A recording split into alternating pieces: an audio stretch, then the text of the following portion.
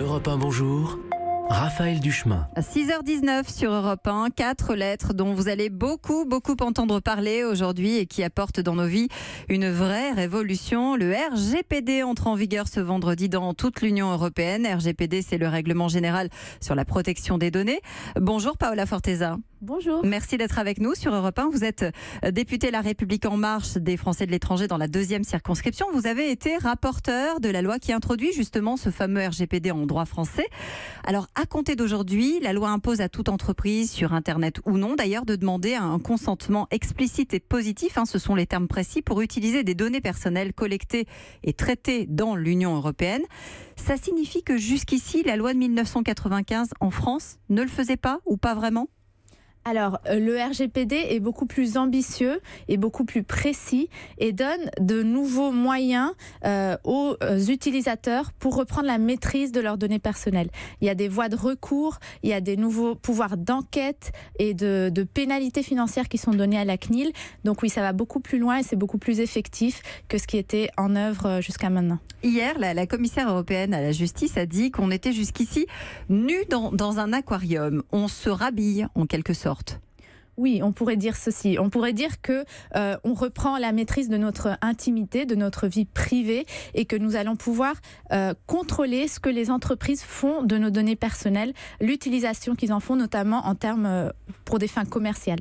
Alors, on va prendre des exemples. Ce matin, si vous ou moi, on se met à surfer sur Internet, qu'est-ce qu'on collectait sur nous qu'on ne va plus pouvoir savoir ? Est-ce que vous avez un exemple à me donner ? Alors des exemples, c'est par exemple les données de géolocalisation, notre historique de recherche sur les moteurs de recherche, les données qu'on partage sur les réseaux sociaux ou même nos conversations privées. Nous allons pouvoir choisir, décider si nous partageons ces données avec des acteurs tiers, avec des plateformes. Nous allons pouvoir donner notre consentement pour leur utilisation à des fins très précises. On va devoir répondre oui ou non. Une question va nous être posée par le site auquel on a accès. Voilà, c'est toute cette série de mails, de notifications que nous recevons depuis quelques semaines et qu'il faudra faire l'effort de lire en détail pour ne pas être pris à dépourvu. C'est pour ça que Twitter, Facebook, Google et d'autres d'ailleurs ont commencé à nous envoyer ces fameuses notifications. Qu'est-ce qu'on fait de tous les mails justement qu'on reçoit en ce moment sur les conditions d'utilisation ? Il faut tous les lire, tous les regarder de près ? Alors moi, je voudrais mettre déjà une réserve parce que je crois que beaucoup de ces acteurs n'ont pas allé assez loin que ce qu'on voudrait sur la précision, le niveau de simplicité de ces nouvelles conditions générales d'utilisation. C'est-à-dire qu'ils essaient de nous enfumer ? Je dirais pas ça, mais je dirais que ils n'ont pas fait l'effort maximum pour simplifier ces termes qui sont très juridiques, qui sont très techniques et pour qu'ils soient compréhensibles de tout le monde. Vous pensez à Facebook notamment, qui laisse simplement une possibilité de choix, soit on accepte, soit on s'en va de Facebook.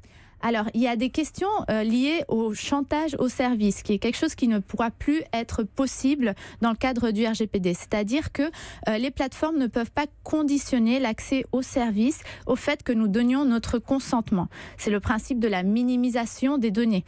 Les plateformes ne doivent demander que les données strictement nécessaires en termes techniques pour ouvrir un compte. Le reste des données doivent être soumises à un consentement. Vous nous rappelez quelles sont, par exemple, les fameuses données nécessaires, comme vous dites ? Alors, ça devrait être un nom, un mail et un password.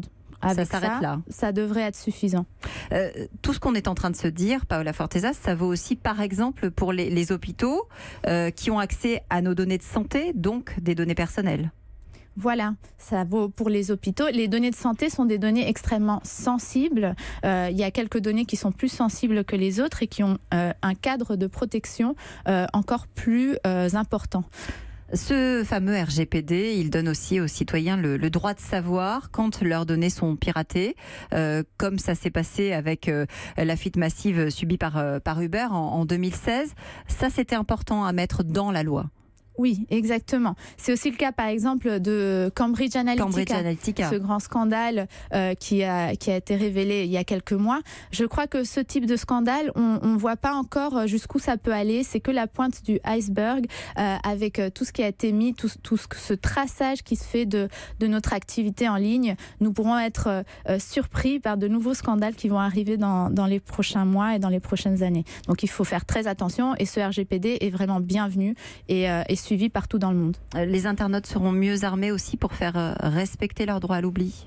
Exactement, c'est un des grands droits qui sont mis en place par ce RGPD, droit à l'oubli, droit à la correction des données qui sont en ligne et un autre nouveau droit très important, le droit à la portabilité, la possibilité de reprendre ces données sur un service et de les transférer à un autre service si nous ne sommes pas contents ou si nous ne sommes pas satisfaits par ce service. C'est ce qui se fait déjà dans le secteur bancaire par exemple ou dans le secteur de la téléphonie mobile. Je voudrais qu'on évoque un point, c'est l'âge minimal. C'était 13 ans, ça devient 15 ans, ça c'est important, parce qu'il y a un gros travail qui va être fait aussi avec le ministère de l'Éducation pour aider les jeunes à mieux se tenir informés. Oui, je crois que ce consentement est très important. Il faut que les jeunes puissent être conscients des conséquences, de l'impact du partage de leurs données en ligne et à ces différents acteurs, aux entreprises, avant d'en pouvoir être responsables. Donc ces nouvelles protections pour les mineurs sont vraiment importantes. Il faudra travailler sur l'éducation pour que les jeunes puissent avoir une certaine hygiène en ligne. Vous parliez des entreprises, ce sont elles qui vont devoir mettre en musique tout ça. La CNIL va aller vérifier. Est-ce que tout est bien respecté pour l'instant? Est-ce que la CNIL va sanctionner tout de suite? Est-ce qu'elle va attendre? Est-ce qu'elle aura les moyens surtout d'aller regarder? Alors, la CNIL n'ira pas sanctionner tous les acteurs tout de suite. Elle sera compréhensive. Elle accompagnera les acteurs pour être à niveau, pour se mettre en conformité. La CNIL a besoin de plus de moyens. Nous allons être vigilants dans le prochain projet de loi de finances pour qu'elle puisse avoir les moyens de mener son action. Mais nous n'avons pas que la CNIL qui pourra suivre ces avancées. Nous avons aussi les citoyens parce que nous avons des nouvelles voies de recours. Nous avons la possibilité avec des actions de groupe, de faire des actions de groupe, c'est-à-dire de passer à travers des associations pour qu'elles puissent porter nos plaintes, pour qu'elles puissent faire les démarches qui parfois sont un peu techniques, un peu compliquées en notre nom. Il y en a déjà quelques-unes qui ont été déposées par la Quadrature du Net, qui est une association assez mobilisée dans le secteur du numérique. Et donc les choses vont encore bouger avec ce RGPD qui entre en vigueur aujourd'hui. On le redit, c'est important, il faut cliquer et aller voir sur les questions qui vous sont posées par les différents comptes auxquels vous êtes abonnés. Merci Paola Forteza d'avoir été avec nous ce matin en direct sur Europe 1, 6h26. Europe 1.